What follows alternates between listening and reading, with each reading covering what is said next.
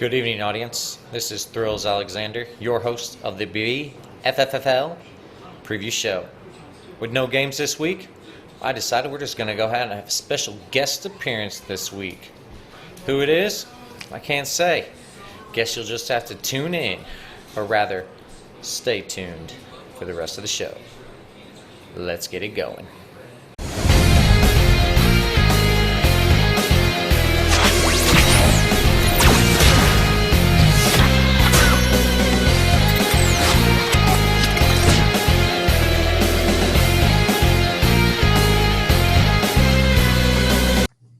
All right. Well, audience, just as I promised earlier, we do have a special guest here in our mid-season All-Star break BFFL first half recap.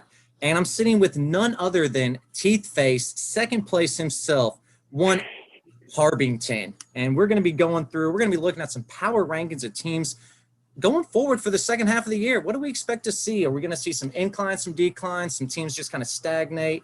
And me and Ahab are here to give the ultimate perspectives on these things. So take it away, my good man. How are you seeing how do you see this the first half shaking out so far, and then how do you see it going forward, my man? I mean, it was an interesting season so far. I'll say that.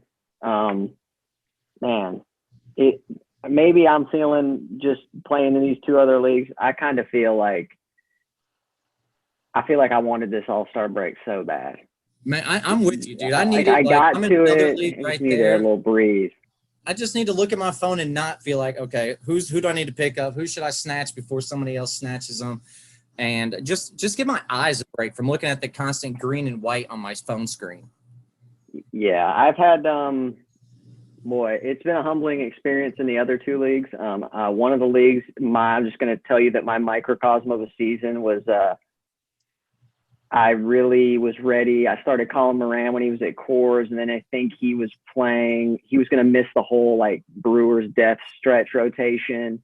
And I was feeling pretty good. I needed to actually make up some ground, and he got hit on the hand and broke his hand right off the bat on Monday, and they locked to Friday. So I was just accumulating no stats the whole week. So it's a once a week, it's a weekly lineup over there? It's a weekly lineup for pitching and 2 times a week for hitting. And that was a microcosm. First at bat, breaks his hand, and I was just like, okay, I'm making up no ground this week. So that's a wasted position right there.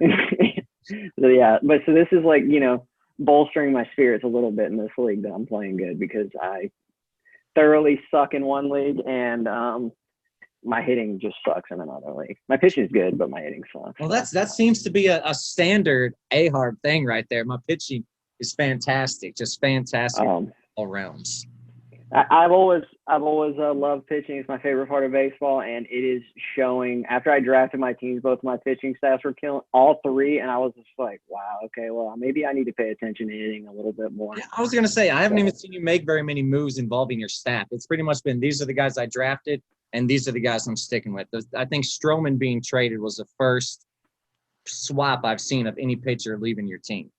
Well, like a lot of other people, I've had perma 3 IL spots for my team filled the whole year. So anytime I even think about moving somebody, a couple people get hurt. So it just fill it in right there. That thought immediately. But let's get this started to not waste anybody else's time just BSing around. But who do you have at 12 to start us out with? At 12, I got the flamingo shirt wearing, Jacksonville living. Oh, okay. Cody Nobles bringing up the rear right here, man. I got Code Nobes in 12th place. And when I look at Code's team, he's had 2 wins since week 5.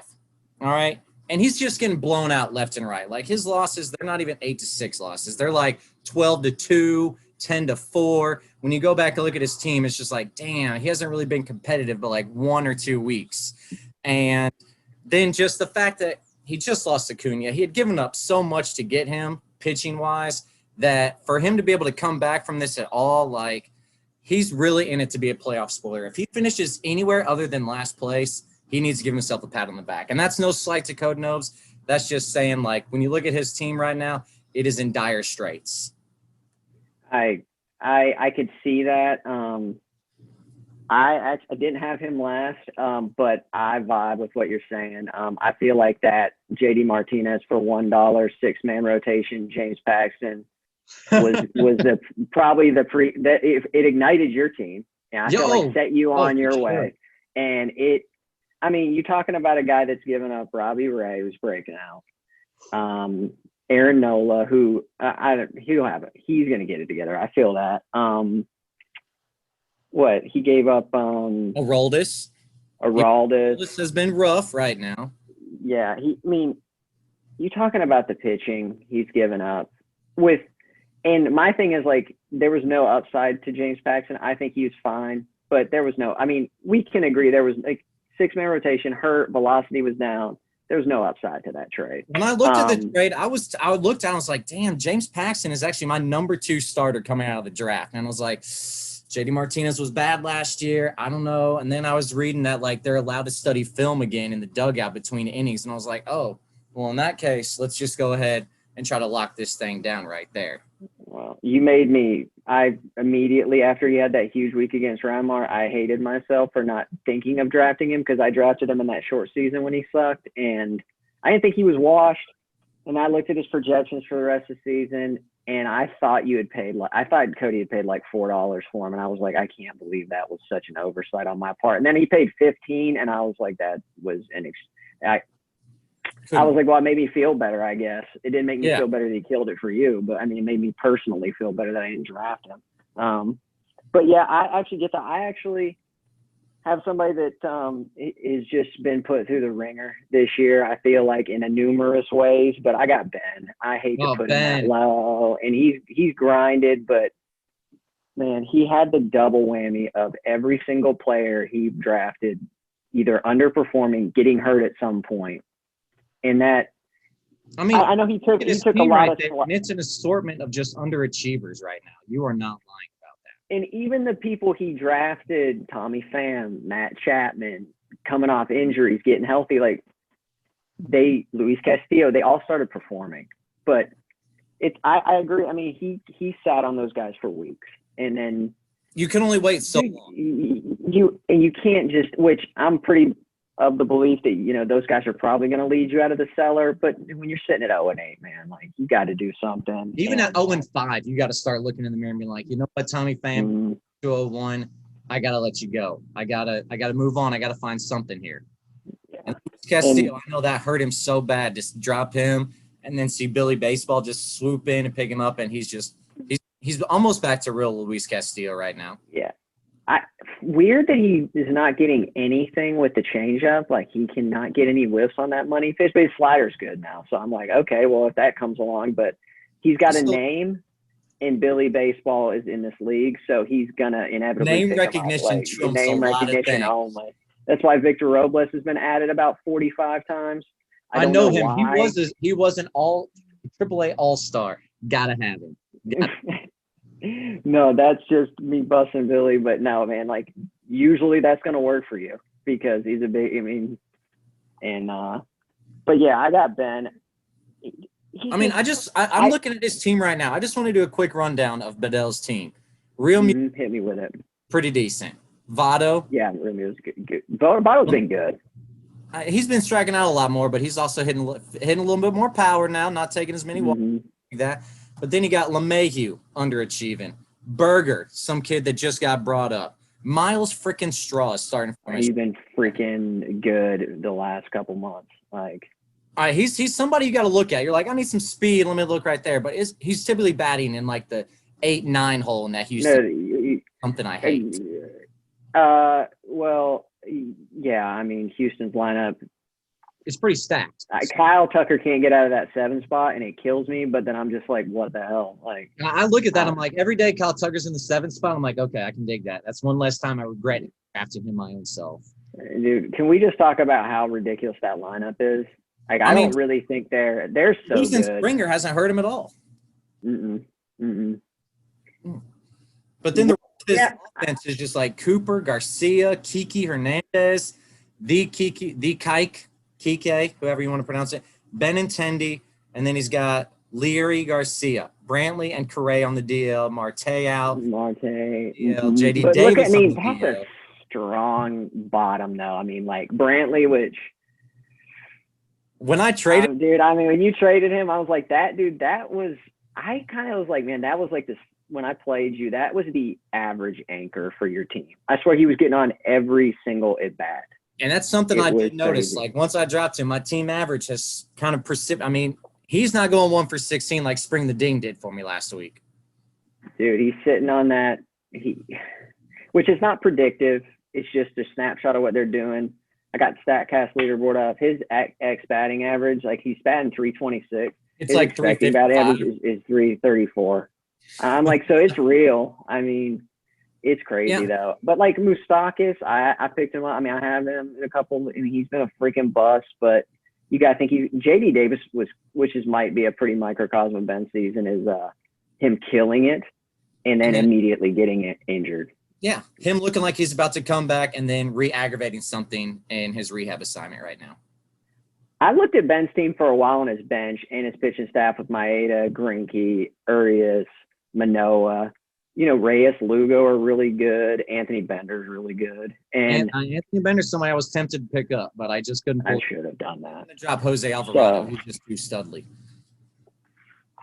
This grouping of the next three I could have gone. Actually, the next four I could have gone any of these people. So it's really not much of an indictment on Ben, me picking him last. No, he could have been 12th. He could have been 9th. And in my roster, he was, like I said, he wasn't 12th here for me. He wasn't 12th. All right, so you want to move on to number 11 right there? Yeah, my number 11 is, unfortunately, I'm doubling up on the Harvard. Dave is 11 for me. Oh, my God. Oh, he was somebody I was so tempted to drop down low in the rankings. But I couldn't put him at 11. Why you got him at 11? I think we're looking at the same thing as injuries, disappointments. I feel that Yelich real hard. I've drafted him. He sucks. I mean, I'm not going to be too hard on my man, but dropping Conforto for Tommy Edman, I mean, come on. Like, if he's not batting first, but if he's not batting first, what is his value?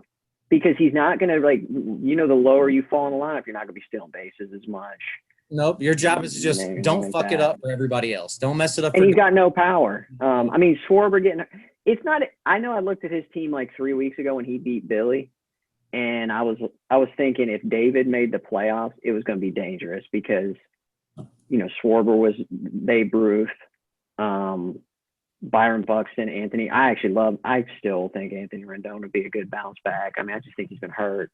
And but then you go to die. That's where your career goes, to die, unless you are Mike Trout or in this year Shohei.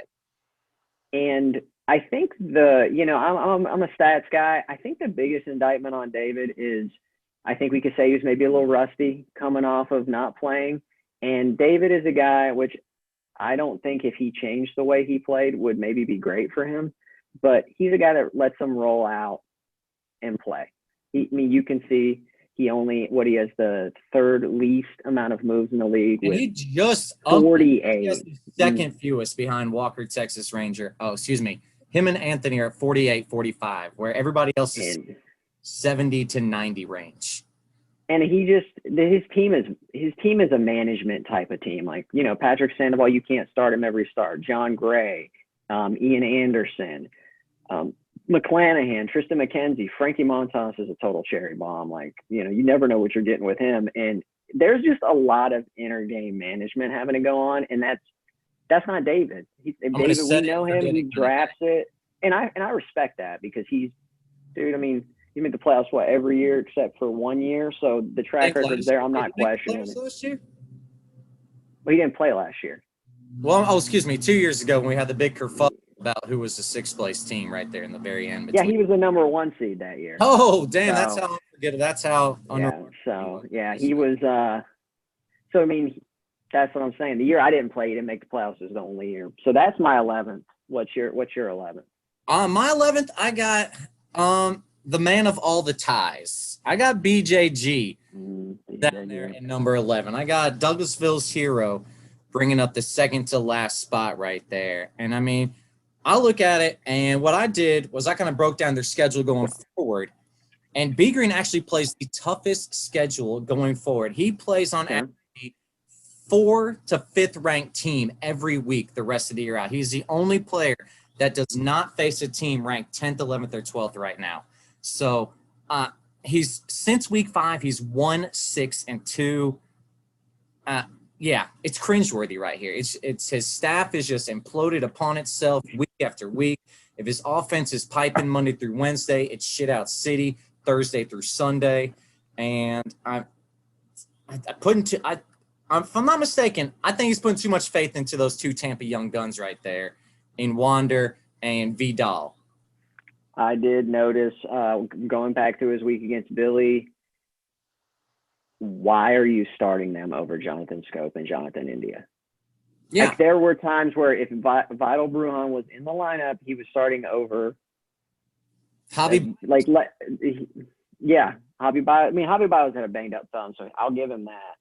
But why is India on your bench? Why is Scope on your bench? I mean, the dude is a walking heater right now. Yes. I was under the impression that Scope had actually fallen off, which I know I kind of get this impression with BJG that if you're not, Aaron Judge or Shohei Ohtani from every single day, he's not going to be playing you. We talked about, I don't really like to get too confidential in the trade talks. We discussed Stroman. He said he was infuriated with him or something like that. And I was like, the dude had a 2.95 ERA at that point. I'm like, he's not Jacob deGrom. Okay. I joke on him, but this league is too shallow. Like, B Green, I give him credit because he is staked his flag on the picking up the under the radar guys, but he will be picking up people that have not even been picked up in my 15 team, like 30 roster league. Like, he was owning Abraham Almonte when he was 0% owned and starting him every day against me. And I was just like, so, what you're like hot for a little while and then you just fall, because that's kind of what you get when you pick up the waiver wire. Yeah. Yeah. Oh, who's top of the waiver wire this 2 weeks? Cool. Adam anyways. Yeah. Looking at his staff right here, I'll even say he's good at it. There's players on this team I don't even know that I've never heard of on his staff. Like, I've tried to keep up on the NA players, but Jaciel De La Cruz of the Braves, I've never even heard of. And this Spencer Patton character from the Rangers, I've never heard of either. Zero. Well, I saw him getting rocked by the A's the other day, so he can probably drop him. Oh, got rock and rolled. Oaktown got the sir. It was just another faceless Texas Rangers player that I was like, watching them in that stadium is like the factory of sadness. I was just like, I just had I like watching the A's, and I usually have a couple of their players, so I'm old. Athletics. Perfect uniforms, perfect, pretty much everything. And our boy last night almost came through in the first round, but yeah, we'll get to Matt Olson in a little bit, because your boy drafts him every year, and I have a little bit of beef to pick with him this year on that. So I'm gonna go with 10. I'm not gonna rehash it. I had BJG at number 10. I had Cody at 9. Who did you have at 10 and 9? Are you 10 and differing 9 on that? Where I had Bedell at 10. I had Bedell at 10 because I feel like he's going to have a little fire lit under him in these next couple weeks, because he's thoroughly been beat. He's not going to make the playoffs now. Like, that is, he's got to understand it. It's just started so rocky. It's not going to happen. But I can see him wanting to put it in people's ass right there in the last few weeks of the season. And if looking at his schedule, he finishes off week 19 playing against you, week 21 against Savdog. So if he can play a spoil and all and try to screw you guys over, that's going to put a smile on his face. I feel like, we all know there's some fire coming on that Slack board. Oh, it's not there, but we're all sitting there kind of, I'm like, kind of got our heads down a little bit. Bedell is typing. You're just waiting for what the wrath is. Who's going to take? I feel like it's coming. That's for sure. Who is your number? Number 9. Number 9. I did have D-Harb.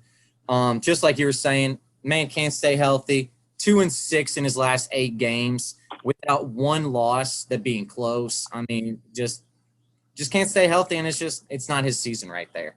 Mm. I hope the Gumbo's tips are a little working well for him right there. Hopefully he's at least having some solace in the fact that his fantasy team is hit rock bottom for him or close to it. He's been good at football, so you can sit back in that. Like, he's usually a playoff team. Hey, the Browns are like should be good this year. I mean, I hate to even put that out in the atmosphere, but Baker Mayfield max contract extension. he was really good last year. I'm an advanced stats guy, and his advanced stats were good. He's kind of – is he taking Kirk Cousins' place on the perennial underrated? Underrated white dude award right there, because I could usurping Kirk Cousins in that regard, because Kirk's a little bit older now. We're kind of forgetting about him. You got to pass that. You got to pass it over. Got to pass the reins over to Baker Mayfield. Let Baker handle it for a while. Which is so weird to say he's underrated because of his personality was so big coming into the league. Yeah, and I thought he was so overrated for a while, but no, I think if he plays good this year, kind of into the top bringing 12, it back in a little bit. Quarterback on fantasy rosters. That's true. So who is your number 8? Because I'm thinking we may be falling on the same person here. Maybe. I went with Rye Mart, not Rye. Whoa, okay. Mart at number 8. Can I get a witness right there? And for Rye Mart, he's got a pretty easy schedule going forward. Average team he's going to play number 7 in the league. So these next 3 weeks are going to be killer. He plays the 4th best team, the 5th best team, the 2nd best team. But then it's 11, 6, 9, and 12.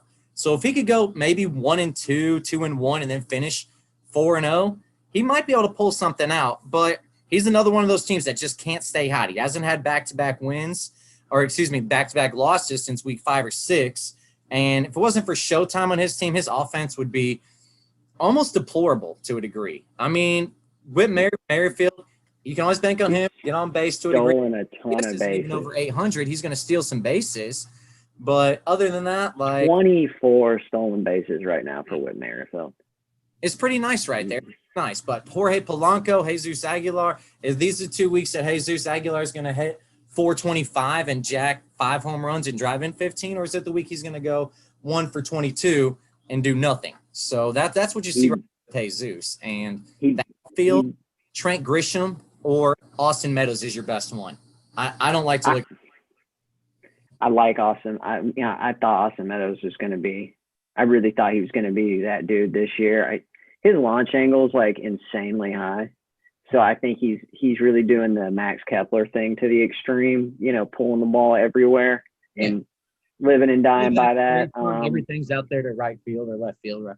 So he's Papo. Because I'm going to hype my boys up here. He's got the 20th ranked player, a shortstop. And my God. It's not Corey Seager, let's just say in the xWOBA, quality of contact plus K plus walks, he is 26th in all of baseball. That's just it's crazy to believe. I don't know how he's doing this. The xWOBA for MLB average is 319. He is sitting at 3. Let me see. I lost him on this board. He is sitting at 387. Let me just tell you that Buster Posey's 2 spots down at 385. I'm about to blow your mind a little bit. Let's roll it up to who do you think number 11 is in xWOBA, the platooner? Darren Ruff. Nope. Darren Ruff. Darren Ruff sitting at a crisp 412. And I know you're going to also blow your mind in this. Who's number 9 of all people at 415? Evan Longoria, who has sitting currently, the last time I checked, top 1% in barrel percentage, top 1% in average in hard contact. That's hard to believe almost right there. Yes, he is absolutely insane. I mean, the Giants, for what they've done with these guys, is absolutely insane. So I just think that's funny as hell. What do you think that Reimart's going to do when Corey Seager comes back and he's got a balance between Crawford, Seager, and Ohtani? Oh, man, yeah, Ohtani. Well, I know, I didn't want to rip him on the message board, but you know who number one in that list of ex Wobas more than freaking Vlad, more than Aaron Judge, more than Max Mundy, more than Mike Trout is the overrated in Savage's eyes best player in baseball. Shohei Ohtani is number one, and it's not really close. I got a bone to pick with that. I'm gonna flesh that out right now. He's maybe the most talented player of any sport we might ever see in our generation to do what he's doing. And I just say he's overrated. I just can't even wrap my brain around this at this point. So Savage, like you've had some takes, but this may be the hottest take you've ever had. Hot take right there. Not to mention, because I loaded this up yesterday, he was third, and then obviously they updated it going into the All-Star break, and he's number one out of everyone. He's on pace for 57 home runs. I mean, I was comparing him and Vlad the other day, and it's amazing how much I thought Vlad was going to be blowing him out in those categories. It's not. Like, dude, it's insane. Within like 5 of each other, even though he's got way more dingers right there, he's stealing more bases, driving in runs. Like 280 average right now in baseball, that's like 325 10 years ago. Dude, and then you just throw in the fact that he's what's his pitching? I'm trying to. I got it. 3.5 ERA, isn't he? Yeah, he's got a 3.5 ERA. Let me look at his advanced pitching. I think, well, maybe I have Ks per minus walks here. I'm not going to look it up. I can't find it. Dude, he has a 30.7 strikeout percentage. Like, good Lord. Like, he's so.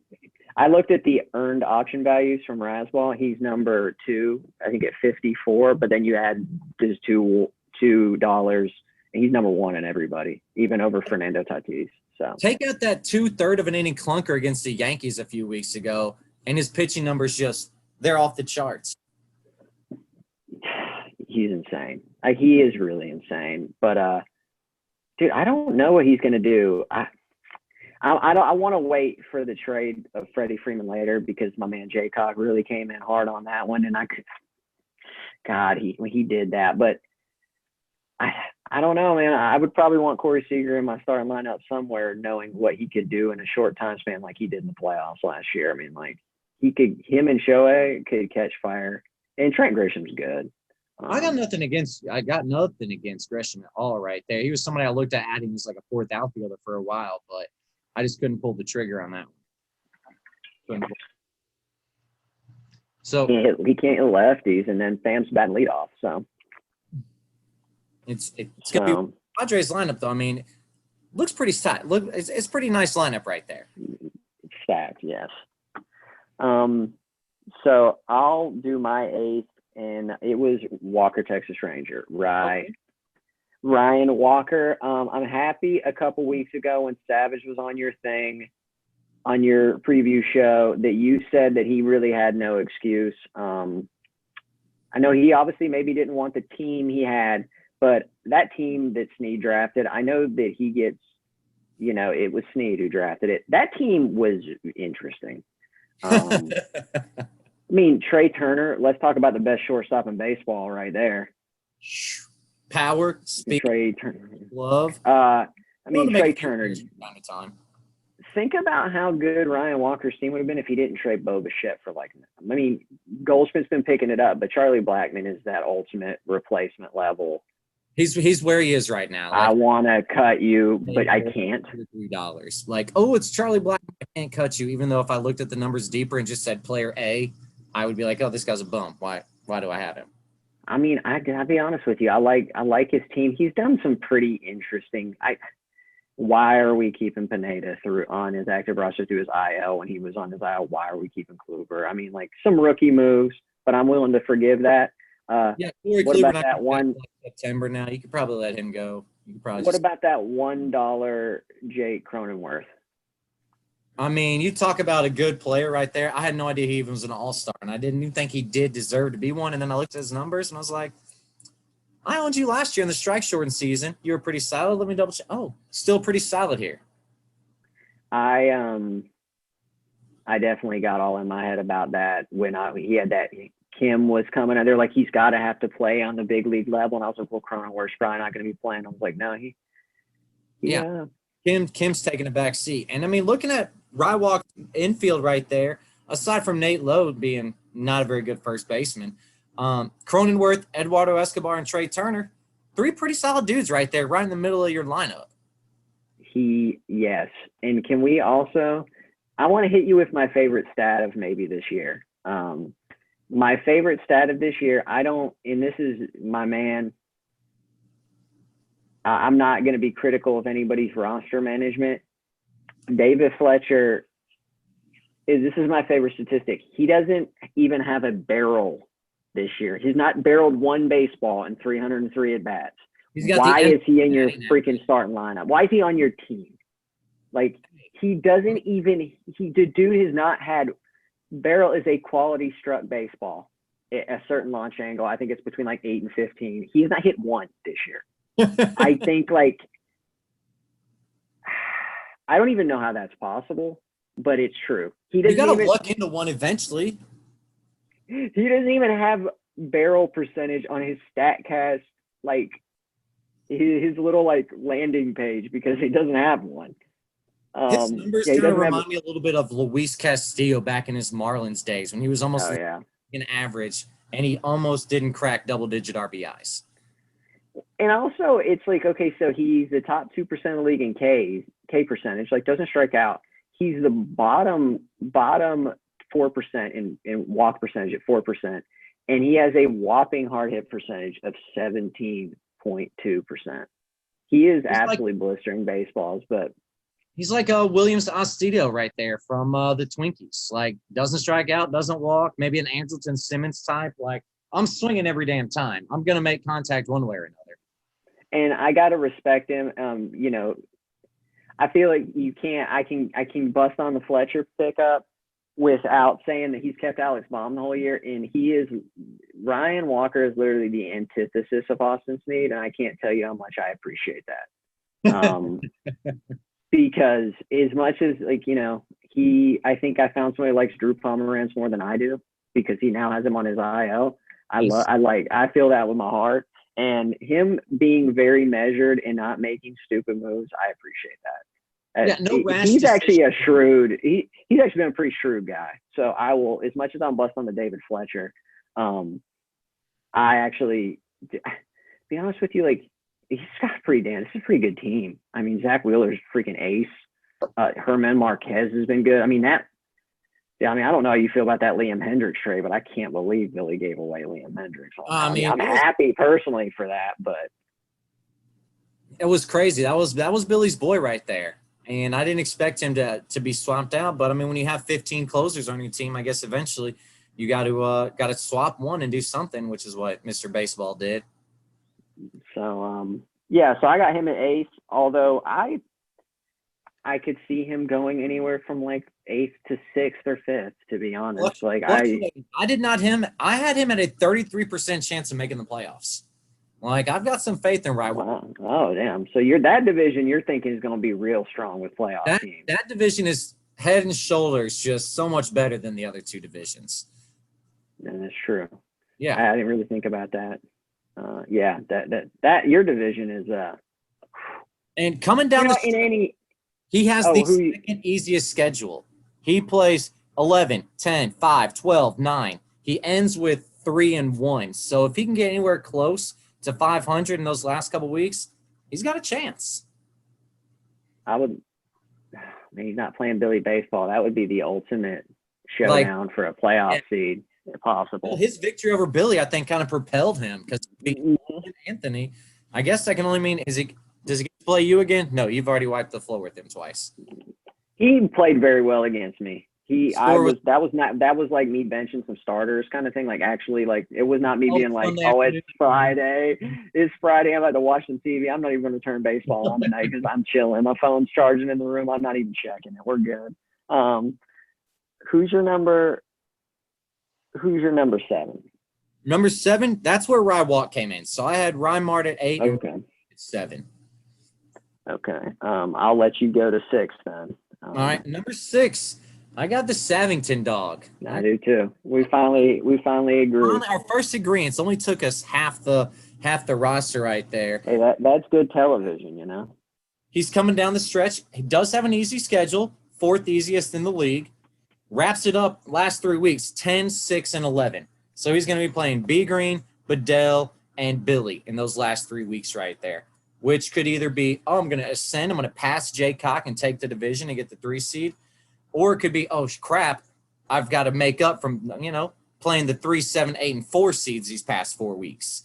No back-to-back wins since week 5, 6. So since week 6, he's alternated wins, losses, ties, and I haven't even been that impressed with Max Scherzer. I know you look at his numbers and you're like, thrills. He's got a sub-1 whip. He's got a sub-2.6 ERA. But it's just something doesn't seem Mad Maxy about him right now. And I know Garrett Cole's going through the same thing with the lack of sticky stuff. Did have that complete game shutout where he basically sit your ass down. I'm not coming out this game. But his offense, I smashed earlier in the year. Second best on base, second best average. And I think he's even got the second or third most total bases in the league. So he will make the playoffs. I'm going to say now, Sav will make the playoffs. I'm going to go out on a limb. I say he's going to make the playoffs. Yeah, I agree with that. My problem, and this is why I guess my justification for ranking him this low is when you have, I've noticed this, when you have Garrett Cole, Max Scherzer, he's right, he's been a little down, but Clayton Kershaw, they've all been really good this year. I mean, even Garrett Cole adjusting to the lack of 2.68 ERA. I mean, dude's got 147 strikeouts and 114 innings. Like, I guess I was surprised that the K per 9 is not better. The ERA 3.81, so we're tracking to a 4. And there has been a lot of Cal Quantrill streaming going on. There's been a lot of terrible streaming going on. And then you know what? I noticed at the beginning of the season that there was a heater he went through 1 week, and it was literally the who's who of like, I can't believe these guys shoved. And I think it really was like, first of all, the cold temperatures, and then the sticky stuff. Everybody was pitching good. Like the hitters were very much at a disadvantage. I guess I just expected this staff to be better because the top is so strong. And he's not. He's 7 on the season in K per 9. Like he's not even winning half his K per 9 battles or half of his ERA battles. And you've got 2 guys on your team, 3 guys if you count Kershaw, that should guarantee you a sub-3, sub-2.5 ERA, 7 innings, 2 hit, 2 earned every start. And I'm not mentioning Kyle Gibson because this is an ultimate birthday party season for him. This is every day is his birthday. Every start is his birthday because it's coming up. Him giving up 5 runs to the Tigers is a pre. You know what?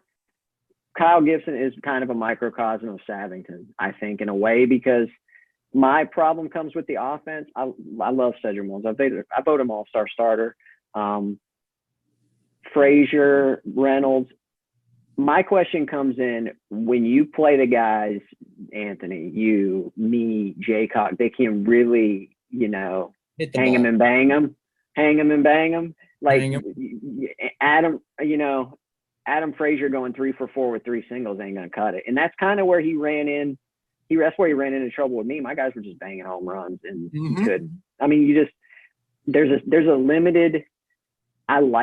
This is an A-hard team from my own heart from like 10 years ago when I was like all about gapping, like hitting gaps, and then I got blown out through a whole season where people were just hitting home runs, and I was like, well, that don't work anymore. Up. Oh, good, yeah. Typical, there's a ceiling to this offense that when you got Tatis and Albies and Austin Riley and Matt Olson or Vlad and you just can't, like, he runs into big offenses and they cut it down, and he doesn't have the pitching from 2 years ago, which I'm gonna put my flag here. I won the championship last year. There's no need to put the belt on your shoulder every week. I know it wasn't the BFFL, but there were 3 people that didn't play in that league. I won the championship. If the Dodgers, if his beloved Alabama Crimson Tide can claim a title, the boys claiming a title too. So I'm going title, but yeah, I agree. There's an upside to this team.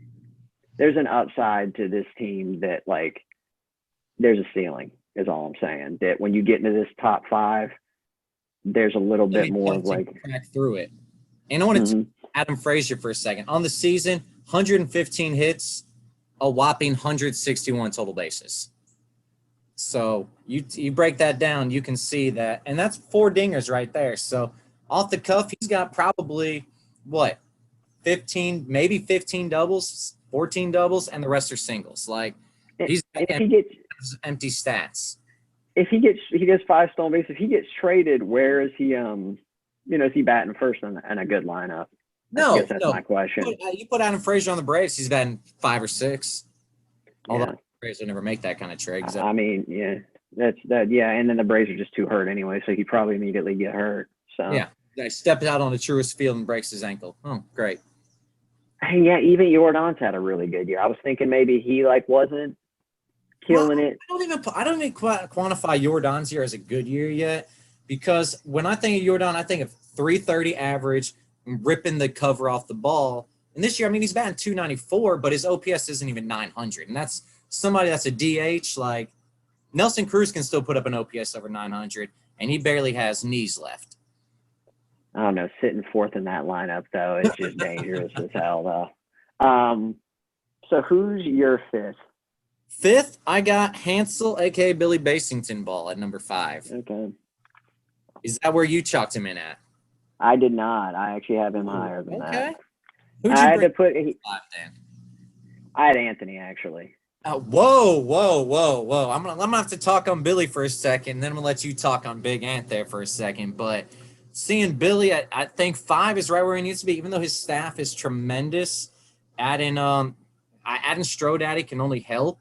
But looking going forward, has one of the where's Billy at? He's got one of the toughest schedules. There it is, Hansel. Excuse me. I apologize. He's got the second hardest schedule in baseball going up. So Okay. going to be seeing some trouble. He plays the 2, the 1, the 12, 9, 7, 5, 3. So when you look at him, you got to know he's got a lot of work ahead of him going forward. So that's why I got him a little bit lower in my standings right now. And his offense is just too hit or miss. Like Francisco Lindor, just like I said, great player in name value. Take away the name, he's a scrub this year. Pete Alonso things. Francisco Lindor was the ultimate guy that was going to get $40 spent on him. That he's not in Cleveland. He's in a hitter's ballpark. Who knows about the stolen bases? Like he was the ultimate fade him. There was a reason I didn't draft him, and that was because I thought back to when Ken Griffey Jr. got traded from the Mariners to the Reds. He couldn't hit his way out of a shadow for the longest time because he hadn't seen the pitching, totally different ballpark, and I saw the same thing with Francisco right there. So that's why I kind of shied away from him in multiple trade talks with him and Jaycock.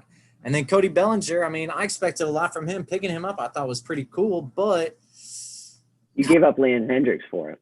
Yeah, that was the crazy part right there. Like Hendricks, it was something else too. Wasn't it? Hendricks and Bryant for Bellinger and Blackman. Like you're buying. That was. Blackman is the guy that, let's be honest, he's on your team. He's probably your 4th outfielder or your bench back, and you look at him every day. You open the app and you're like, I'm gonna cut this dude today. I wish I could trade him. Let me send out 5 trade offers today and see if anybody wants to buy it. Let me package him with somebody else. I thought the Bellinger trade was interesting because his value is just, he batted 239 last year. I mean, his value is at a deer, it's nothing. And you traded the best closer in baseball for him. Early when we were on the draft day, you said, quote me now, this player is going to have a better year than Cody Bellinger. Do you remember saying that? Because I did. Oh, I know exactly who the hell it was. Who are you talking about? And, we can get into him. It was Will Myers who's been having a better year. And ever since Will Myers had a 414 xwOBA, and he went out with patellar tendonitis in his knee, and he is just cratered since then. So that is looking like a prediction that I would have crushed if he'd have stayed out. If he'd been healthy right now. Yeah, he was freaking crushing the ball. He'd have he was stealing base, and he hasn't stolen bases since then. And then he had COVID. And I'm holding him just to get healthy through the All-Star break. But, man, he's first base outfield. He steals bases like Bellinger. He had power last year like Bellinger. And that 2019 year where Myers sucked was, if you look at his fan graphs, is a complete outlier for his whole Just career. total. And I'm like, what is Cody Bellinger now? And now, like, look, he could win Billy the league in the second half. I completely can judge. I mean, because he's only played in 33 games. Surprised. Well, you know, I would be surprised a little bit. I would be. He's freaking kind of like, he is lost at the plate. I'm trying to think of a player that he reminds me of that just was so good and it just felt almost BJ Upton style, except he was obviously a lot better than BJ Upton. But yeah, one he's year still really he was young. pretty damn good down there in Tampa before he signed in Atlanta, and then he just fell into the toilet.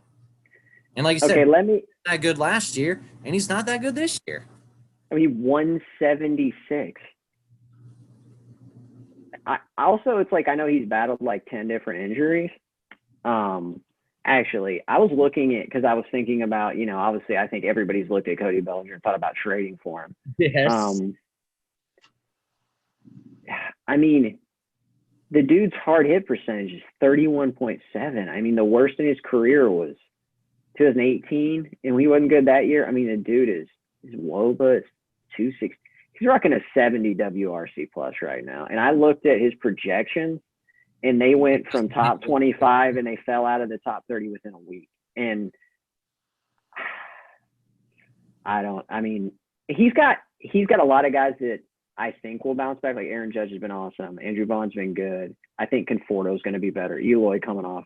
If Alberto Mondesi can stay healthy. But Eloy being his pickup, I was so mad that I didn't get on and pay attention to Eloy looking good. And freaking on a rehab assignment now. I can't freaking believe it. But Yohan Moncada, like, I heard somebody on a podcast talk about this. Him and Gleyber Torres, like, they have to be those COVID long haulers, right? The dude has no power. What happened? Yeah, 5 home runs. No power, no speed. He's got 2 stolen bases. Yohan Moncada, when he was coming up, was the fastest dude from home to plate at one point in time for the Red Sox whole organization. Also, let's talk about the fact that year with Gleyber and him was the happy fun ball year where the ball was just flying out of the park and they both hit almost 30 home runs. I mean, Yohan Moncada got hurt, but like, and like some pretty big outliers. 25 of those home runs against the Orioles, so I don't know how much those should be counted. And I actually think I'll admit this because, I mean, you can't keep your team from week 4 all the way to here. When I played Billy week 4, he kicked my ass, and his pitching staff was better than mine that week. And that was almost the only time this year. I'm not a reactionary guy. I was almost like, I'm going to have to do something to address this. And him trading Clase, Hendricks, and dude, I can't believe he traded Rodon for Mancini, like straight up to Jaycock. And like Rodon, I think what's the best precursor to future success, the best indicator of future success is fastball velocity. Dude is throwing averaging 95.9 on his fastball this year. He is chunking cheddar right now. And he's flinging it. I think you could argue that Pete Alonso, Francisco Lindor, and that Clase trade was probably better, but this is like an example of roster construction. Like Clase, Hendricks, and Rodon made his team, like, dude, it was just a damn death trap because you're going to get buried in holds and saves. And that's when he had Devin Williams as well. You were going to get buried in ratios. He was going to ratio you to death. And I understand I was going to destroy you just from – dude, he freaking wiped the floor with me that week in that. And I mean, my pitching staff had been killing everyone, and I was like, I wasn't even close. And I mean, now looking at his overall season stats, he is 12-2 this year in the ERA department and 11-3 in Ks per 9. So you're the only one that comes close to him. You and him are both 11-3 in K per 9. And he's the only one that's won double-digit ERA battles this year. You're sitting second place at 9-5, and so is Pickles right there. But 12-2, like, he's doing something right. His holds are only at 500. Everything else is just 11-3, 9-5, 8-2, 8-5. I would love to get a breakdown of how much that's like regressed because, like, you think about losing like Devin Williams, Clase, and Liam Hendricks, and then Rodon is gone too, and like. Marcus Stroman's good, but he's going to be bringing down those K per 9 stats. Oh, He's Marcus a good, Stroman's solid guy. What is it, 7K per 9 or something like that? I think Billy's, it's going to be ultimate bounce back. I had him at 4. So I hedged my bets on that. I'm more of a guy that like looks at super talented teams like Clemson forever when they were Terry Bowden underachieving, and even Kirby Smart before he got there at Georgia. Like I looked at them, I was like, they do a lot of good stuff. And I knew they only needed one person to put them together, but it's just like Billy could get to that point where like he's kind of cresting over that hill and he's going to trade somebody. And it's like a house of cards all the time. And, you know, I'm just telling you, that team dominated me that week. And I was like, I can't. See some of these trades be made and him weaken. Oh my God. I was 100% like, Billy is a no risk it, no biscuit. That is his motto. I was like, dude, he's going to fuck this up and trade people. And he has to. And I was dude, I got to the point where I was kind of like, I was worried at that point. And he traded Clase, and then I was just like, all right, well, I'm a little less worried now. And then he didn't do anything to address his offense. Then he gave up Liam Hendricks. I was like, this is, he could come out and wax me this week. So, but I'm a lot less scared of his pitching staff than I was, because then he also dropped Devin Williams and I picked him up. So, yeah, I saw that. But when Devin Williams was looking like a one-year wonder. He dropped him in a weird way because the dude, I think he was unavailable for a game. And I think he was like battling sinus stuff. And he got day-to-day for literally 12 hours. And Billy dropped him in that span of 12 hours, and I picked him up in that. Like, it was something that was like, it was just day-to-day. It was one of those phantom Yahoo day-to-days. I think it was something like that, and he dropped him for it. Left the batter's box with a cramp day-to-day. Yeah. I think it was some of those weird things because let's just say there's been a lot of trades that have been entering my inbox and maybe being canceled in my inbox that had Devin Williams in them. So I've had a couple of those trades come. Oh, you've been trade has not been canceled. Yeah, it's been canceled, which, no hate on me. I was Mr. King of that in 2020. Send it out, look it over, be like, oh, you know what? I'd be happier with those players. Undo. I guess I'll speak on Ant. Dude, his offense is really good. Yes. Can we talk about if you looked at this team offensively, probably not pitching, but if you looked at this team last year before, you're like, this is probably David's team, right? I know David, a Mookie Betts kind of guy right there. David's always better in pitching. The pitching wouldn't, but like, this kind of feels like he doesn't make any moves. He lets his team play. This is a David style. God, the first year I'm freaking out on Matt Olson after being in on him every year. Prior to. And now's the year he's like, oh, yeah, I remember how to play this game. I'm going to jack some players. I'm going to be the 11th best player in fantasy baseball. And if I'm gonna rip Sav on Shohei Ohtani, I perennially thought Ozzie Albies was super overrated, but he's finally stealing bases this year. I wore my Ozzie Albies National League All-Star jersey for our conversations. Not him so much. He's proved me wrong. Because the thought was like Ozzie Albies top 3 second baseman because he's gonna have power and he's gonna steal bases, and he never freaking did. And now the dude's gonna have a freaking 30-20 season. 2020 season easy this year. Yeah, he's definitely gonna have a 2020 season. Fernando Tatis is the number one player in earned auction value. Next year, you talking about $5. You talking about a player that was so overhyped, and not overhyped, hyped that I was like, "There's no way he's meeting these expectations." Can't live up to that. He's not going to. Dude has freaking one shoulder and his 28 home runs and 20 steals. Yeah. Oh, fuck. And I also want to pick. I'm also gonna. I want to put my flag, because that flag has been Austin Riley being awesome. I liked Austin Riley, and I'm so mad that they signed Jake Lamb and threw me off the scent, because I was like, they're going to platoon him now. I freaking knew it. And I didn't even think being interested in drafting him in any league. And everyone hates Austin Riley so much that I liked him just because of that, because I was like, I wanted Donaldson back. I'm not going to front on that. But then I looked at Austin Riley and I was like, dude has the same projections as I was Donaldson. somebody that was down on Austin Riley big time. I was like, this mug strike. He's going to bat 230. He's going to strike out 2 times a game. And he might go on a hot streak. But the dude is putting up a decent average. What is he, 275 right now? I would take – if you would have told me at the beginning of the year Austin Riley's going to bat 275, I'd be like, sign me up.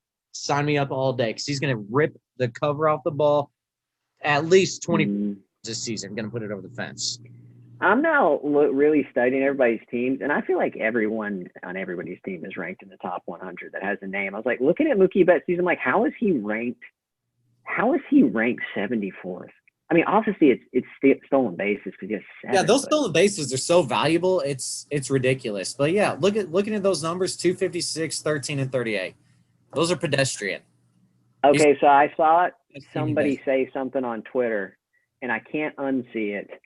And I'm gonna need you to talk me out of this right here. Somebody was like, I'm not saying I'm not saying Mookie Betts is gonna turn into this guy, but isn't it weirdly seeming like an Andrew McCutchen post-peak possibility here going on?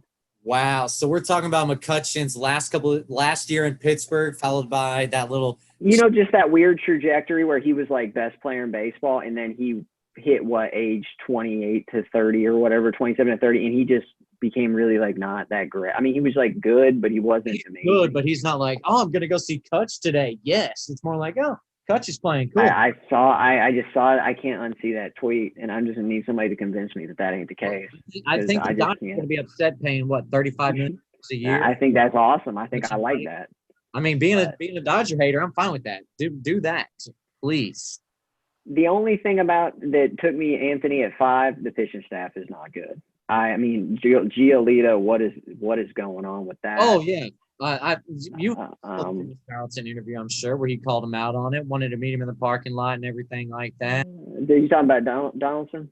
Big JD, big bringer of rain, Josh Donaldson. I think Josh Donaldson getting into a point, he needs to settle down a little bit.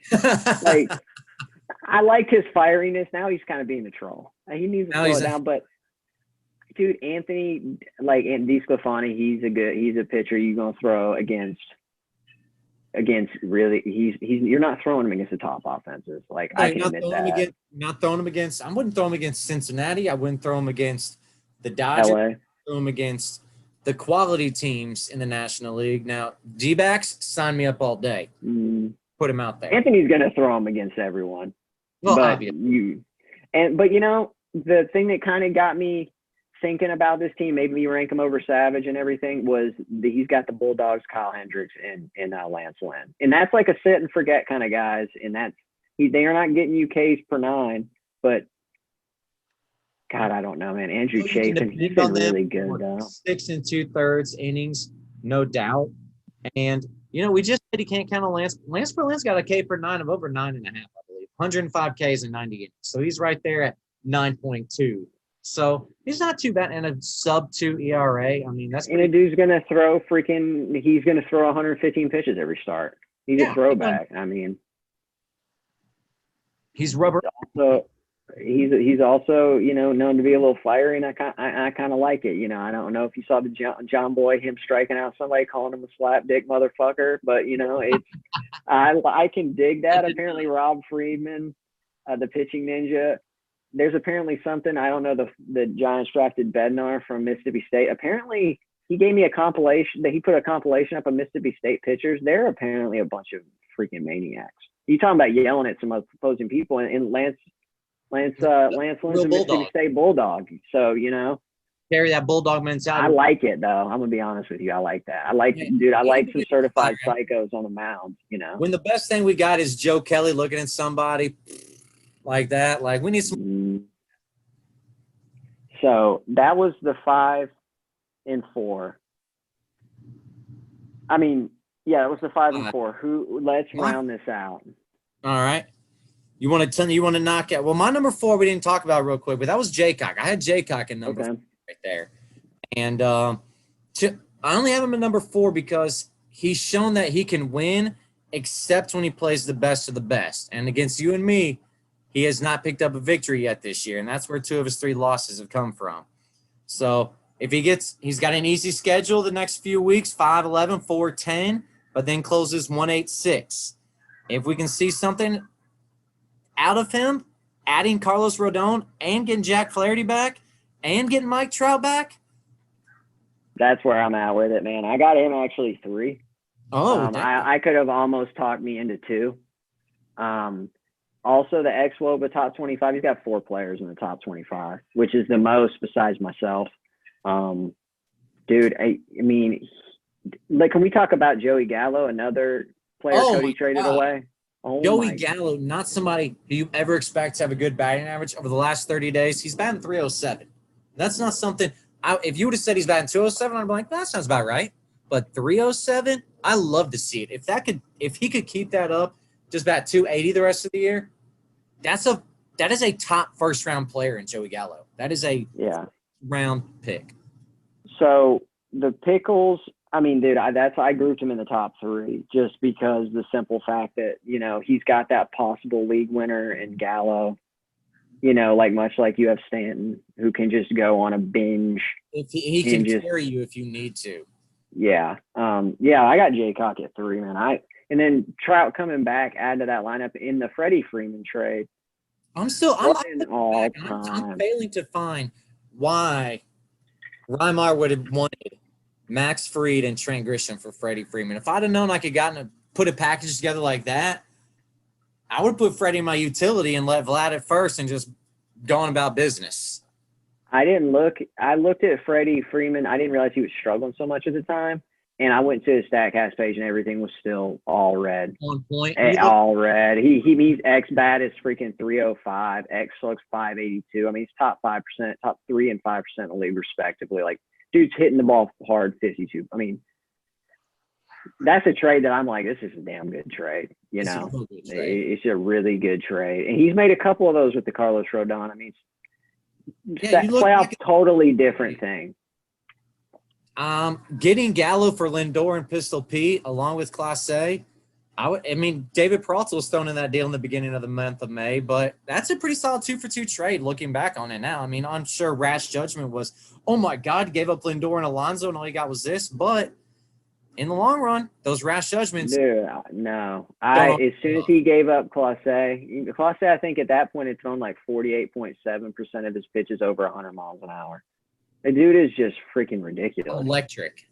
I mean, he throws 101 mile an hour cutters. Like, it just is the way it is. So, okay, so that was you had Jaycock at 4. Who you had Anthony at 3 then, right? You know, I did indeed. I definitely respect to Ant. Okay, I like it.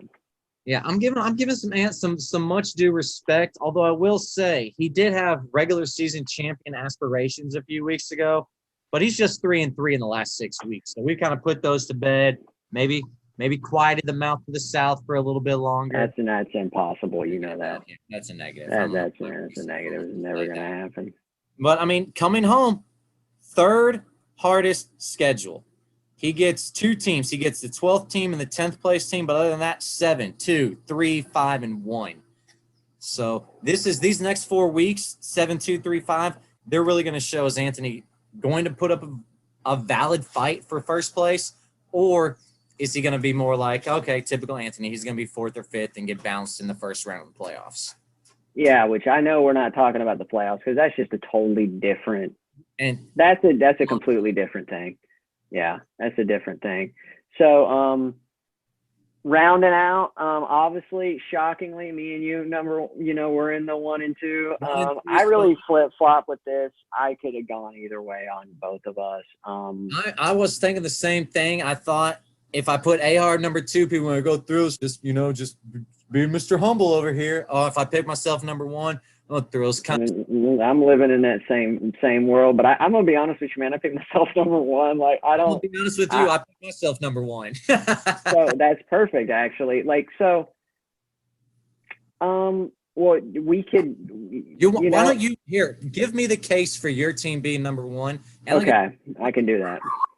And we'll let the dog bark in the background. Hold on, let me mute my for 1 second. Okay, so I think the big thing with me, I mean, I have the best pitching staff in the league. I feel that in my heart. Stats back it up. So I went up against you and Jaycock and Sav, the couple best offenses in the league, and I out hit you. Dude, I also feel that my offense, surprisingly, for as good as I've been, is very much underperformed. Bryce Harper has which is not any fault. He's been banged up.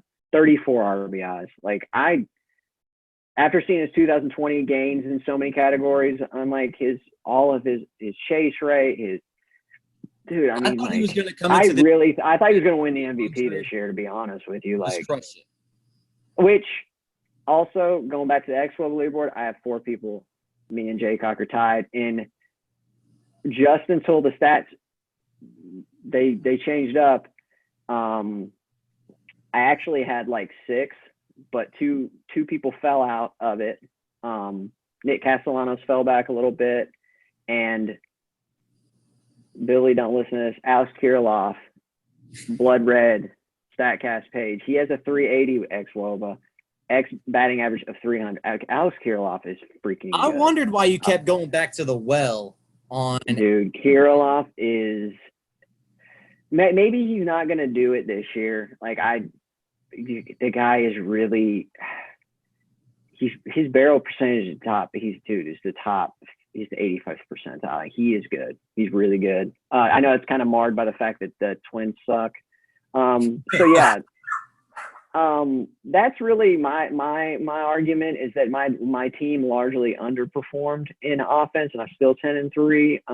Marcus Semien and Castellanos definitely anchored that.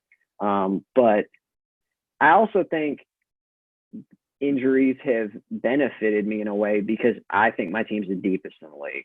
I've played Jaycock, didn't have Kyle Tucker the whole week and won. When I played you didn't have Giancarlo. I didn't have Bryce Harper. He went like 1 for 22 and went on the DL. I beat him. I'd have Kyle Tucker the whole week against Savage and won. And Kyle Tucker, let's talk about how freaking good he is. Like, I know it was marred, but it really, when you actually just ran your mouth and were like, what is he doing with Kyle Tucker? Kyle Tucker's like, I'm actually going to take this personally. Kyle Tucker's got better numbers than Mookie Betts right now. Better average, more dingers, more ribbies, and the same amount of stolen bases. Yeah, Kyle Tucker's 12th on the Expo, but 409.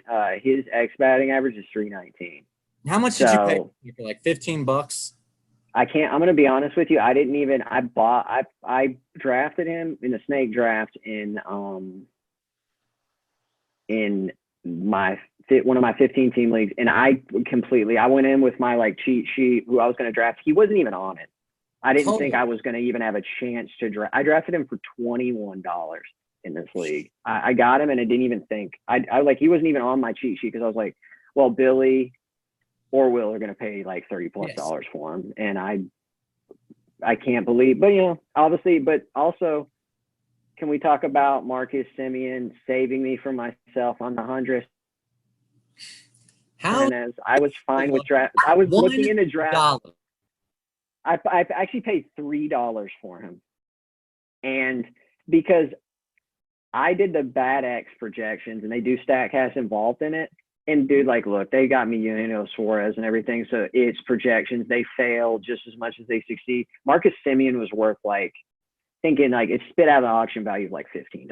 And I was like, and nobody drafted him. And I was like, I'll take him for a couple. He's a classic accumulator, but in a perfect situation in that freaking Toronto lineup. Oh my God. Being down in Dunedin and earlier in the season just kind of bumped up those numbers, and he's still rocking and rolling with it. And I do think, look, he's regressing. I don't think he's keeping that up. But then I think I'd argue like Max Kepler's now starting to hit the all fields again.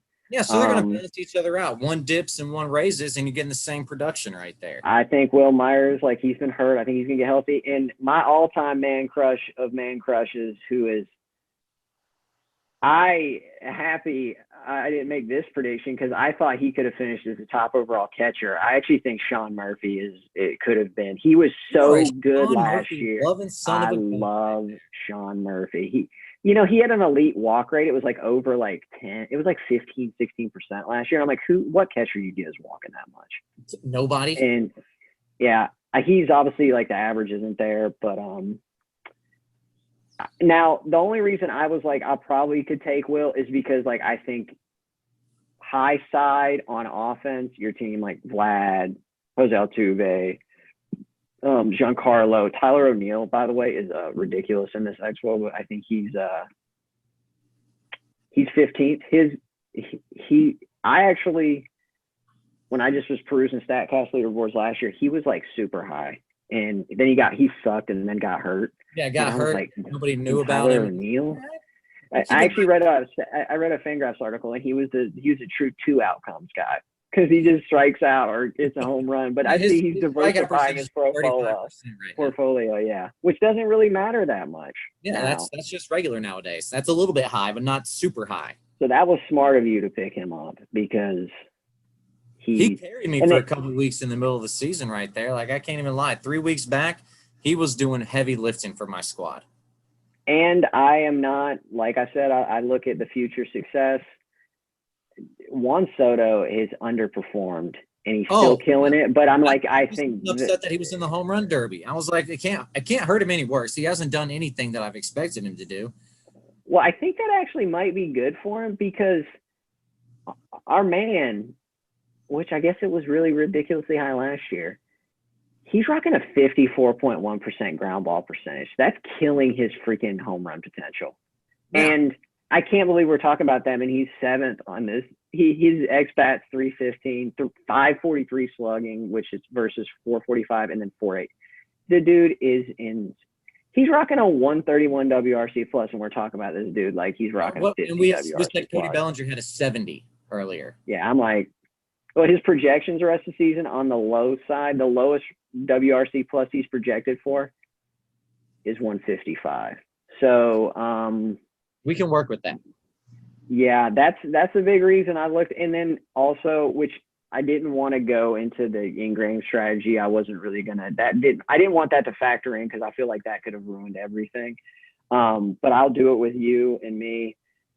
I mean, your pitching staff, like, dude, that is like, I look at your pitching staff, I'm like, this pitching staff is not good. But if anybody's gonna manage it and figure it out, and maybe I'm wrong here. I like that I think your success is predicated on the fact that you've really leaned into what you've always been good at traditionally at the beginning, which like you were like big offensive bat. And now you finally, like, you haven't traded any of them really. You've always upgraded in that, and you've traded pitching away for that. And I'm just like, I think when you lean into who you are, I think that always. I think I've made one trade all year. Maybe two rather. Excuse me. I made one with Bedell and Cody Nobles, and aside from that, well, you got Trevor Rogers too. You traded Blake Snell away in that deal, so I can't be too upset about that. No, I think it's going to come down to, and then also like I still got Bieber sitting in the chamber. See what I'm doing. I'm looking back at our first matchup of the year when we played each other. Our teams somewhat similar. Somewhat. You've added a few different pieces that weren't there in the first matchup of the year. Gotten rid of some of the scrubs that you had occupying those spots. But the ones you got rid of, Lux, Rojas, and Bell, they destroyed me in the first matchup we played. They combined for 39 total bases against me. Mm-hmm. And then I beat you in ERA, had more innings pitched, but then this is one of those weeks where my offense was good, but it just wasn't good enough. And you beat me by 5 total bases, 1 dinger, 0.005% in average. So it kind of showed how close our teams were and how you might think that your staff is so much better than mine or my offense might be a lot better than yours. And in all actuality, in this case, your offense kicked my ass and my pitching held its own against you for a change. Mm-hmm. So, and I remember going into that matchup, I really focused on like streaming hitting. That's been what I've been doing the whole year really because, I've had so many underperformances. But I went into that like, it was the hardest year it's been one of the hardest years to beat you, but also like the first time that I'm like, I know what I have to do, but it's just, I know what I have to do to do it, but it's like delivering is a completely different thing because you could have one of those weeks that the Astros get a home series, which thank God you traded Brantley because that top 3, like my team was good that week. And I would go to bed every night after like, I would stay up and watch the Astros and it was like Bregman, Altuve, and Brantley were like, if you get a series where they play the Rangers, dude, you can bank oh my God. Yeah. That's going to be so hard to beat you. We played each other. Altuve batted 323, Bregman 333, Brantley 345. No, that was That was, and then I also think, that was a weird week where Bryce went right on the IL because he was hurt and he was like 1 for 20, and Giancarlo didn't play. So Yep, it was those two two incomplete you're teams exactly too. right. So, but yeah, I Marcus talked about, had 4 dingers and 10 ribbies and 42 total bases.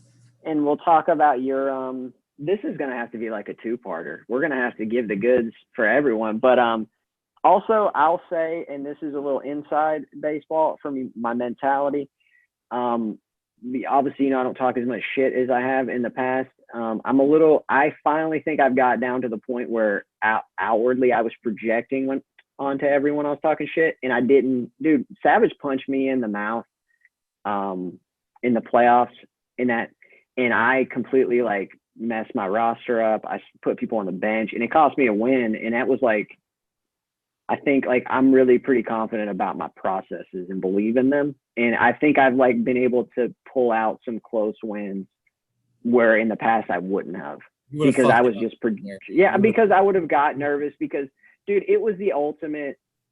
I can't really think of a comp for this team, my mentality, but it was the ultimate, like, you better hope I don't blow you out in the first 3 days. But if you're hanging with me on Thursday, then like, there's a good chance I'm going to make enough moves there. I'm going to self-combust on you.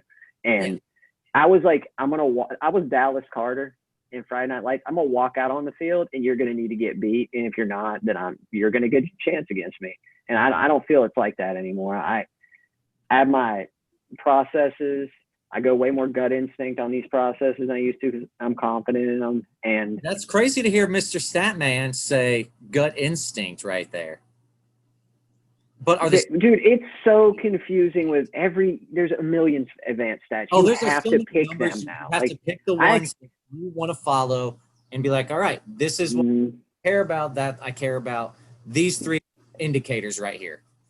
I think it's got even harder than it ever has been to play fantasy baseball in that sense. So I'll definitely push back on the fact that like people think that I'm like, yeah, I'm going to rely on the projections, but dude, I could see Eugenio Suarez. Like, come on. I just wasn't cutting him because there was no good third baseman on the waiver wire. Looking at him, like, dude, I don't want this dude. 180. I'm like, what is going on here? Like, this makes no sense. And it's good to see that he's just been banished to. Is he on Billy's team or back on the waiver wire? No, he's on the waiver wire. Thank God. Okay, well, I've talked about enough about my team. Explain to me why you're number 1. So. All right. The reason Basington Ball is the number 1 seed. All year long, he's been mashing the ball. The numbers bear it out. We've got 7 offensive categories. I'm first in 4 of them. I'm second in 2. I'm first in 5 of them. Second in 1, and I'm second to last in the other one, which is stolen bases. Number 2. You can punt that category, though. Come on. That's a category. I know JD Martinez. That's an ancillary category, then. I know that, well, excuse me 1 second. Sorry. Yeah, you're good.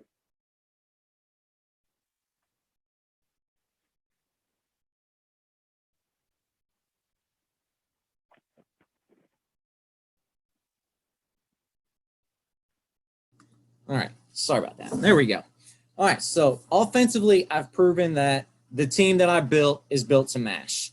Number 2, my team is balanced in a way where I don't have to rely on Vlad Jr. every week, even though he's the number 1 player. Maybe Machado's going to turn around. Maybe Stanton's going to play well this week. Soto's a bona fide stud. I have depth offensively that I can use later to trade for pitching, which will benefit me, which my staff right now, second to worst ERA, second to worst whip, stats that have been the same all year long. But I'm getting Bregman back, but I've already got Willie Adames right there rocking shortstop. And Willie Adames, since he went to the Brewers, he can see the ball now. I don't know if anybody else saw that. Couldn't see the ball down in Tampa, different home park, and he's cranking the ball. I've got 5 outfielders that anybody on their team would say they can start for me right now. In Springer, Soto, Stanton, even JD Martinez and Mitch Haniger. As I didn't even mention Tyler O'Neill right there. So all those guys there, aside from Isaiah Kiner Falafel deciding to bat 115 the past 45 days, everybody else in this team has a role, and I know what to expect from them each week. It's not a real guessing game, and even if 1 or 2 players gets hurt, I have enough depth built up where I'm going to be able to sustain. on the pitching staff side of things, if Seattle can stay in the race, at least I know Logan Gilbert will get to keep pitching, and he's been one of the few prospects this year that have shown an ability to get people out. So he's been a The stud. only one? What? Maybe Alec Manoah. I said maybe the only one. Like, Yeah, you're dude, right. I forgot about Manoah right there. But yeah, the others. Manoah and him maybe are like the only two. I mean, they might be the only two prospects that actually done good in baseball. You look at all the guys, and I'm sure your watch list is like mine. It's full of players that are AAA on the verge. Okay, cool. Let me look at them. Oh, sucks. I'm good. actually gonna pull back on that because I have got to the point where I know I suck at evaluating minor league players, and I don't even have them on my watch list anymore because, like, I got to be honest, man. Like, I just don't know. Like, I've had no success ever bringing up minor league players. So it is a crapshoot, and I like to, and I'm going to give some advice to those people out there in the fantasy world. Don't look at the PCL numbers, for the love of God. Don't look and see Taylor Trammell batting .395 in AAA Tacoma, P Green, and think that he's just going to carry those numbers over into the MLB. It's not the case. Definitely not the case right there. don't wedge and sledgehammer Vidal Brujan and Wander Franco in your starting lineup. Be like, Baez is available, everyone. I'm like, Don't take him. I want to start this rookie who's got all of 20 major league at bats and is 21 years old. He's definitely going to be able to compete against these guys week in and week out. I do see Shane Bass, Gas Hey. Factory. I mean, the Rays, they have it, but they're always the Rays. That was, as you can look at my NA spots, I was like, Tampa Bay knows how to bring up pitchers. Give me any minor league pitcher with the Rays, and I'll take them. So they did it for like 2 starts. Dude, that 2 starts of McClanahan starting and then Patino Bulk starting him, that is insane. It's insanity. Actually 4 innings and then bring in a Diego Castillo for the last inning right there. Like, that's beautiful. That's insanity. But I see you, because the day I added Jesus Luzardo onto my NA, you put Patino in yours, like, which I honestly, Jesus Luzardo, I was like, one of 2 backs is going to pick him up. It's going to be Reimart or it's going to be Aharb. And when you picked him up, I was like, if that son of a bitch comes up and actually throws like he was supposed to this year, I'm going to be so mad at myself. But I don't think he's going to be a starter, honestly. I don't even and it sucks. I don't think him and Pucker might even be starters long term. Like, I know Puck isn't going to be. You can't put Puck. He's going to be a relief guy. His shoulder's already shown. Dude, he's throwing freaking 99 out of the pen from the left side, though. And think if both of them are throwing 99 out of the pen. That's filthy right there, and that's what. Dude, holy shit! But they ain't freaking got any starters. I love that. Yeah, that's true. James Caprillion. I love modern day baseball that they resource all these Andrew Miller guys that failed starters that would have got completely disregarded back in the day. Like Josh Johnson. Like my ultimate what if is Tim Lincecum? Like, if the Giants were forward thinking, he would have been pitching out of the bullpen because he was good in the playoffs. And I don't know, it breaks my heart a little bit to have Puck and Luzardo possibly just bullpen pieces, man, because God, that 1-2 on the freaking rotation and that perfect Oakland Kelly Green would have been so beautiful. And it just is a disappointment to all of us. It does hurt. It does hurt. He was somebody I've had on my watch list for, I think, 2.5 years now. I think I had him in 19, 20, and this year. And it's never an option to add him and let him play. And you had bad luck with Javier. He was good. I mean, and I think, I still think he has a role in the second half. But Trevor, my only thing is there's going to be a lot of babying going on here with Gilbert and Rogers. You're 1 and 2. Oh, man. Don't think – that's what I said. If they can just – those 2 teams can stay in the race, I'll be fine. But if not, Wade Miley is my number 1, or Dylan. He's been good. Oh my God, Dylan Cease. I have him, and I got him on that 2-step against Baltimore and freaking Minnesota, and him sucking in that. I was like, dude, it's the Dylan Cease experience right there. This is what it is. First inning, 2-run dinger, and then the next 4 innings, he's going to shut him down. Oh, thanks. Trust me, when he had those couple awesome starts and you picked him up, I was really hoping you were going to drop him. and just be like, no, just no, drop no. him, If just he drop showed him. 3 straight starts of being able to get the ball over the plate, I was like, signed, sealed, and delivered for this pitching staff. That's what I'm talking about. Yeah, but I mean, really, I'm not trying to get in your head, but are you gonna trade any of your batting because it's so freaking good? I've always been somebody to play to your strengths. I know what my strengths are. Hitting the baseball. If I'm able to I know I'm going to make the playoffs. And side note, if I win this week, I've already clinched a playoff spot with 6 weeks. That was freaking Tells crazy. you how bad my division is. I'm already. It sucks that you can't. It doesn't do as overall clinches because, like, I got to think me and Anthony are on the verge, right? We got to be pretty close. The way you're looking at it right there, I mean, if you were both to lose the rest of your games this year, then Billy could still creep in there and take a spot. Don't let bear out yet that you guys are division. Yeah, but the 7th, yeah, I guess 5 and 8, but 5 and 8 is the 7th seed. There's still technically, I guess, we got 7 weeks left. Yep, 7. So those teams like Rymart and D-Harb are really jacking up the playoff clinching because if they weren't there, then 4 wins and 3 wins, well, I've already clinched a spot. And if you win this week, you will have clinched a spot. Well, yeah. Well, I like that you're playing to. You don't really like that you're playing to your strengths because you're just. I do believe in the iron sharpens iron. You're loading up on that hitting. You're like, I'm dying with this, and I will die on this. And you've seen me perpetually just add arms starting pitching. I just added Logan. I just added Logan Webb. I've added them. Should I be getting on that? Should I? Okay. I just added Logan Webb, and yeah, dude. I mean, I'm in the belief that you cannot. I mean, I waiver claimed Charlie Morton. I've obviously famously. Oh my God! You talk about a move that aggravated me. I was like, Charlie Morton. I'm sitting on like 1 in the waiver at this point in time.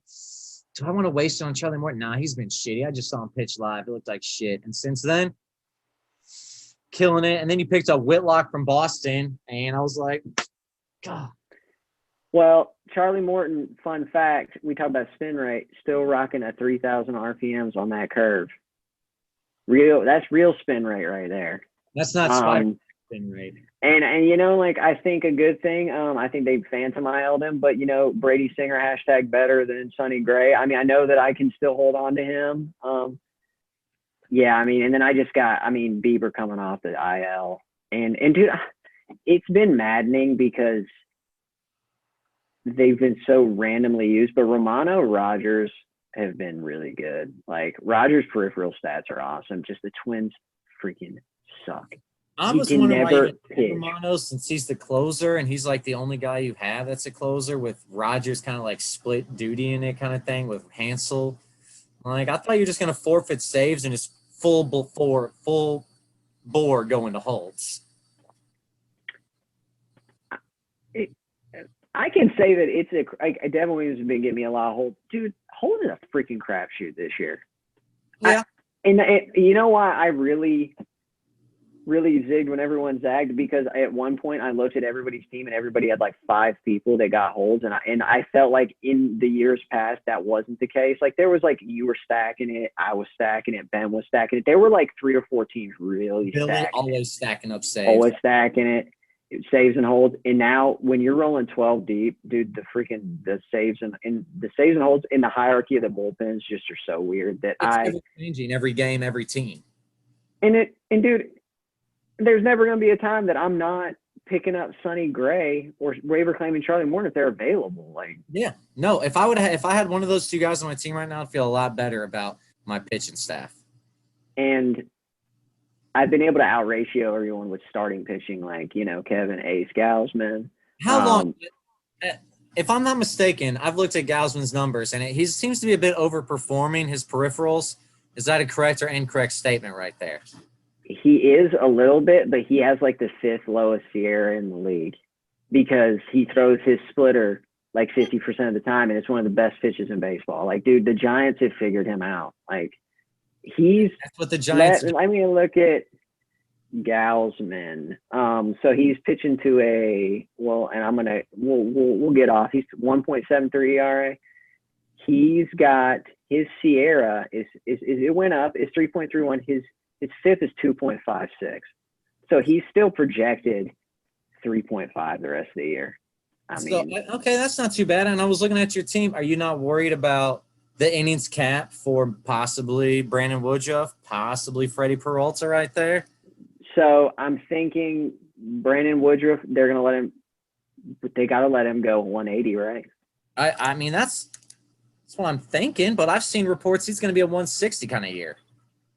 You're going to cut Brandon Woodruff off when you're in the playoffs. Like, come on, man. Like, him and Corey – like, they actually have the most – inning starts or something for him. And Freddie Peralta, I drafted him to be in the bullpen. So if they transition him to the bullpen, it's already I as much as we can laugh about Andres Jimenez in every league because I did. welcome to my life.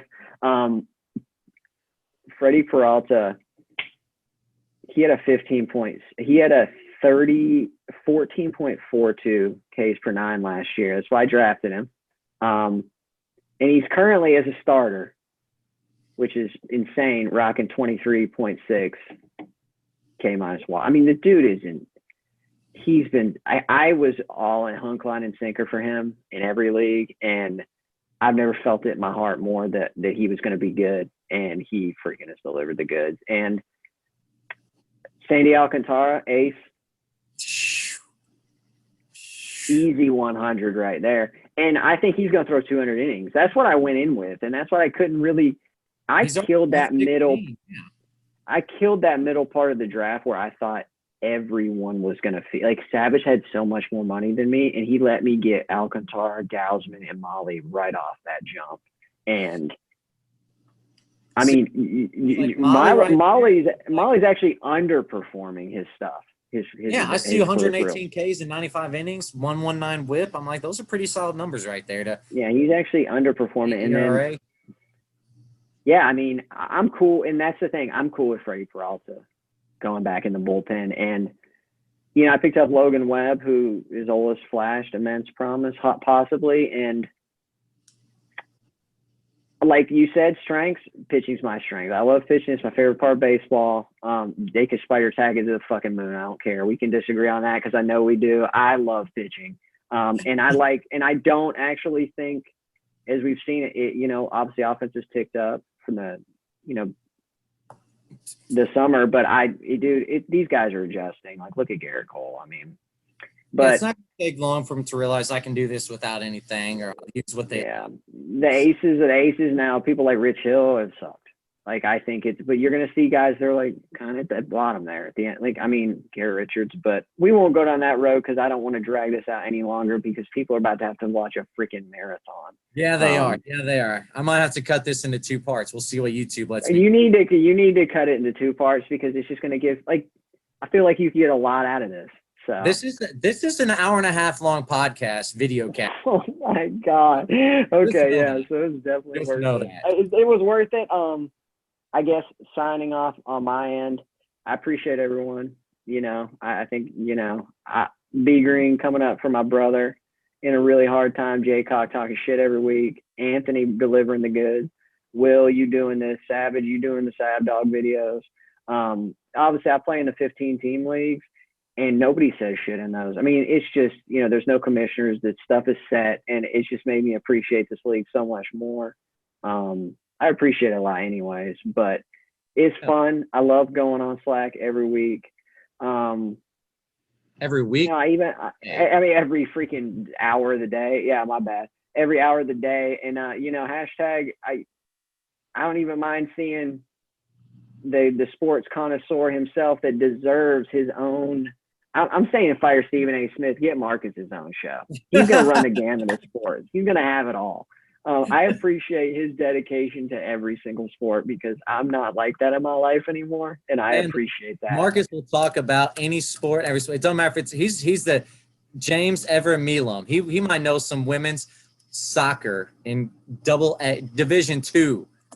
Dude, he's gonna, like, I've been running a ton. He's gonna hit me with some track and field pretty soon. I'm gonna be like, Marcus, what are we doing here? But no, but yeah, I appreciate everyone. Ryan Walker, welcome to the league. I liked you last year and your thing, Billy.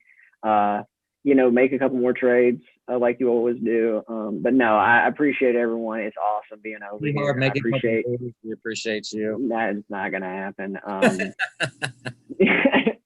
No, but I appreciate everyone. I appreciate if you sit through this, then more power to you. More power. But I understand if you want to put 0.5 on that. I understand. But yeah, I appreciate you. Free some time every day, the next 4 days while you got our break out. Yeah, we'll have plenty of time. You can break it out, and I appreciate you you bringing me on. So it's good to talk to you again about the league in baseball. Yes. So. Yes, and for anybody else that ever wants to join in, please. Ahar messaged me, was like, "Hey, I'm ready to come on." I said, "Come on with it. You set the time, you set the date."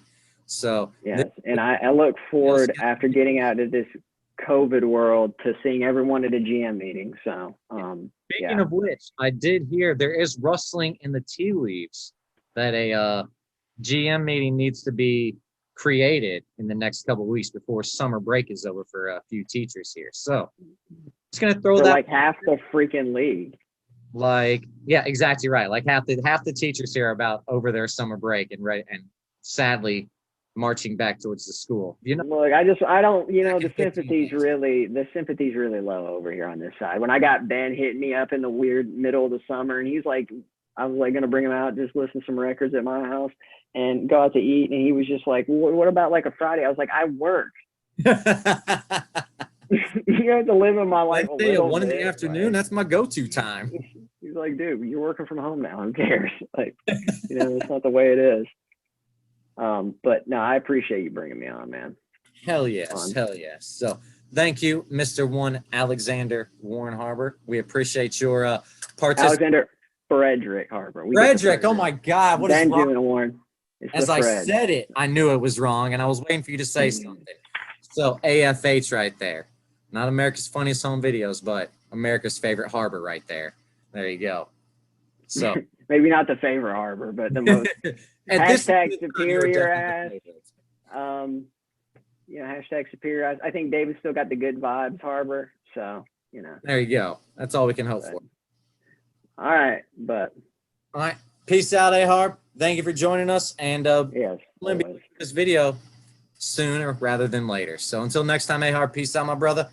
And I'll see you later. All right. See you guys. Peace.